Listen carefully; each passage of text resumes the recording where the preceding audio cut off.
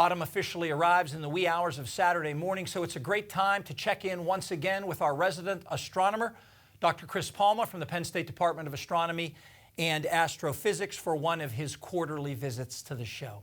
Good to see you again, Chris. Thank you. So we talk about telescopes a lot in this segment, some with strong connections to Penn State.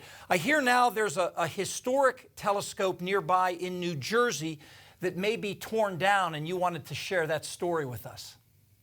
Yeah, I was really surprised to hear that it was potentially going to be torn down. It's maybe not the most well-known telescope to the public, but it's probably one of the most famous telescopes in the world to astronomers.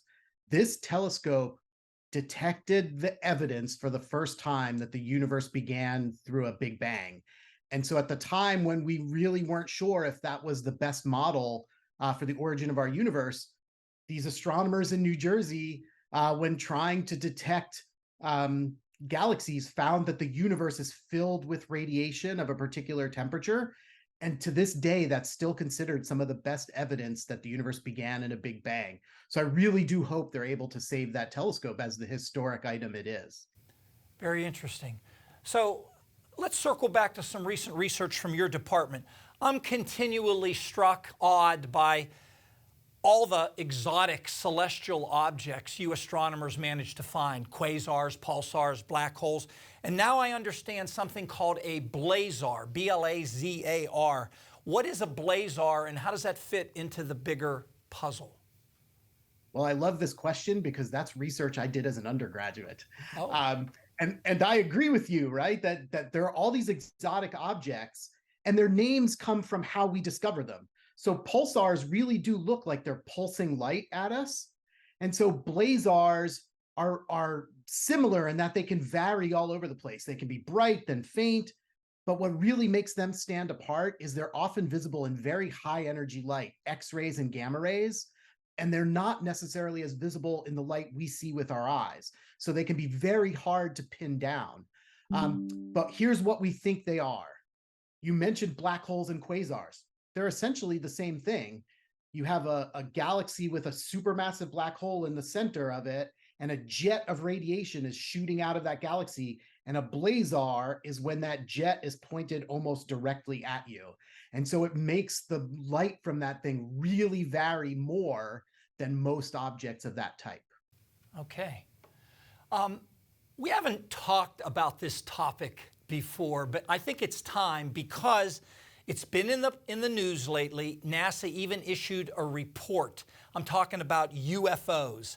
Now, what's the astronomical community sort of bottom line or bottom lines on this topic? Yeah, it's funny because I also went to a conference on this where we brought together astronomers and UFO folks. And I will say the same thing now that I said then. I absolutely believe when people report what they saw. They made observations and they saw something odd that they can't characterize. But for as long as those claims have been made, scientists have said, is there any physical evidence? What can you show me that shows that there's some kind of vehicle creating this and not some kind of natural phenomenon like unique lightning sources, right? So there was actually an article written with a Penn State author on this, and he, I think, summed it up best.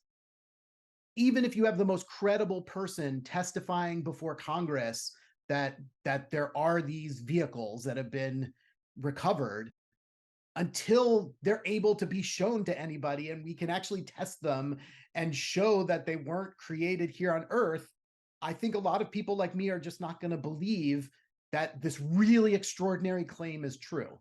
And so I think my biggest thing, though, is if you saw something unique in the sky, please don't feel like scientists don't believe you, because we do believe that there are unique things you can see. It's just attributing them to alien life visiting Earth. That's where we want a higher level of evidence to really be convinced. Extraordinary claims require extraordinary evidence, for sure. Let's talk a bit about, because this has also been in the news, manned spaceflight. I saw that the SpaceX Starship, the spaceship that's supposed to once again deliver humans to the moon, is still grounded after that explosion of an unmanned vehicle back in April. What is the situation there? Yeah. I mean, I think, at least the way I frame it, the United States and NASA really wants to have the capability to send humans to space, right? We are trying to develop along multiple pathways through NASA, through SpaceX, through Blue Origin. We want to have vehicles that can get astronauts to space, but we also want them to be safe. You know, you and I both know there have been multiple really horrifying tragedies over the years, and we don't want another one of those. And so, what my understanding is that NASA and the FAA said, here are some correctable things. If you correct those, we should be able to approve this rocket for flight.